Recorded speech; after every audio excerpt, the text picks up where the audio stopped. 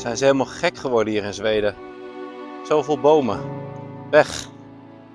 Grote machines. Vrachtwagenladingen vol boomstammen. Dit soort reacties zie je wel eens online verschijnen. Op de verschillende fora waar Nederlanders zich verzamelen. En veelal door Nederlanders die ook in Zweden zijn gaan wonen. En we gaan eens even kijken of het wel zo zwart-wit is in deze video. Ik ben nu aan het lopen door het bos in Zweden. Zweden is een heel bosrijk land. 70% van het landschap zijn bossen. En dat is niet verwilderd bos. Het zijn geen oerbossen. Nee, voor eigenlijk het overgrote gedeelte zijn het productiebossen. Productiebossen die zijn eigenlijk net zoals de gewassen op een akker doelbewust geplant. En ze worden uitgedund, geoogst en herplant. Daar zijn ook hele strenge regels voor. En dat komt ook omdat ze dat in Zweden al heel lang doen. Zweden heeft in 1903 al de wet ingesteld die voorschrijft dat als je een bos weghaalt, of een gedeelte van een bos weghaalt, dat je daar ook weer nieuw moet herplanten. En dat betekent ook, er zijn ook regels voor, dat je een stukje moet laten staan, oude bomen moet laten staan. En ook dat als je meer dan een halve hectare wegneemt, dat je daar ook goedkeuring, dat je dat moet doorgeven. En zij doen dat hier in Zweden dus al heel lang, omdat het een hele grote industrie is. Waarbij Zweden 10% van de hele consumptie van hout, over de hele wereld dus, voorziet. 90 miljoen kubieke meter hout komt hier vandaan. En dan zou je zeggen, dat is dan een kaalslag. Maar nee, er komt juist alleen maar meer bij ieder jaar. Tot voor kort werkte ik voor een Zweedse zagerij. 70% van hun afzet ging naar Nederland. En dit is wat dat betreft een markt die dus ook al heel erg lang zo groot is als dat die is.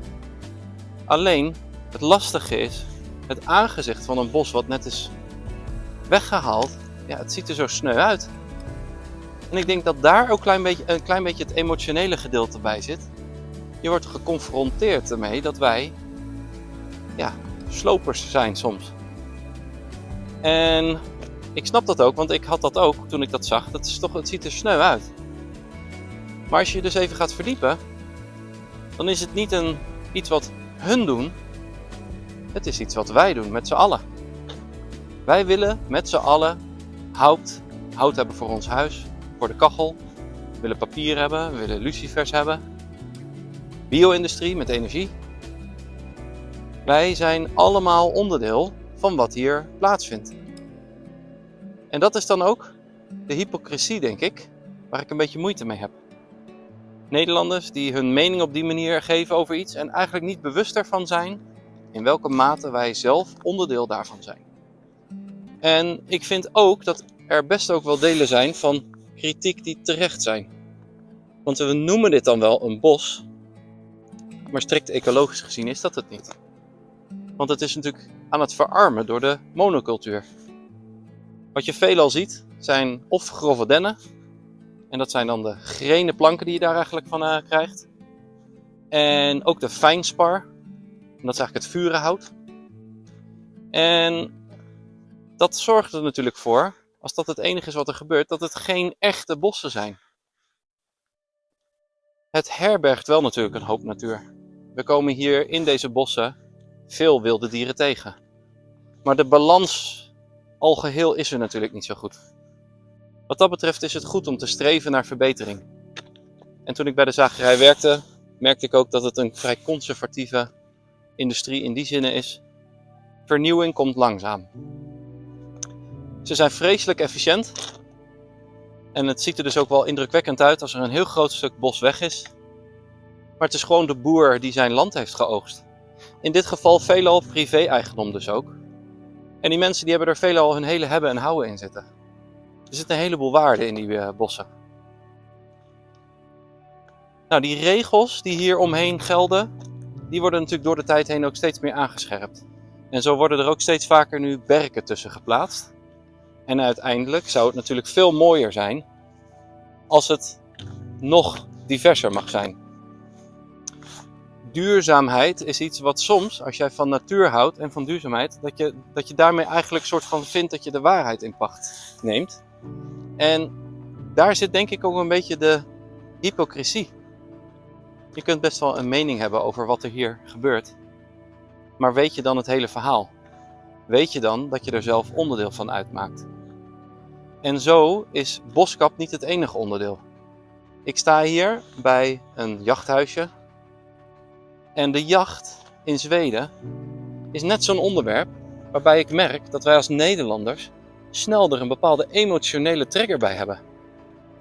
Ik ben dan benieuwd waar dat door komt.